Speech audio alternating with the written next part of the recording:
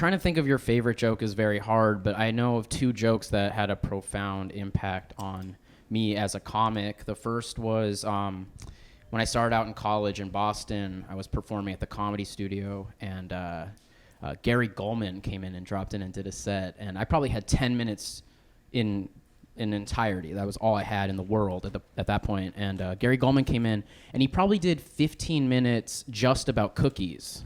Like, he was just up there just talking about different kinds of Oreos and how he felt about Oreos. I remember chocolate-covered Oreos had just come out, and he was like, Oreo, have you been reading my diary? Like, it was just crazy, and he was just rambling, started talking about fig Newtons and stuff, and how he couldn't spot a fig if it walked into the room. It was like, it was great, and that's when I realized, like, oh, you can talk about whatever you want. Like, I was writing these, like, perfect little jokes and trying to make them as, like, clear and concise as I could, and that's clearly not what I do anymore. I was like, I took that Oreo thing and ran with it.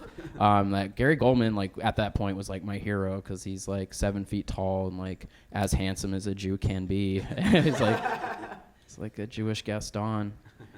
And then after I'd been doing stand-up for a while, about, like, 4 years ago, I got a pit bull, and I started writing all this material about owning a pit bull and, like, just what it's like, and, like, you know, how scared people are of pit bulls. I was, like, really proud of this material. And then I went up to Montreal to the festival, and I saw Bill Burr do, like, an hour, and Bill Burr had also just gotten a pit bull, and he did, like, 20 minutes about what it's like to own a pit bull and, like, the social norms he experienced. And, like, he said something about, like pit bulls look like when you're gone, they just do pull-ups, like in prison. And he said owning a pit bull was like having a gun you could pet. Like, he just, like, nailed it. Like, I was just like, it was the only time in my life I literally, as I was watching him, I pulled out my notebook and just ripped up all my pit bull material, because, like, I can't compete with this. So that's one where I learned the dream of being a comic, and the other, the crushing feeling of not being as good as Bill Burr.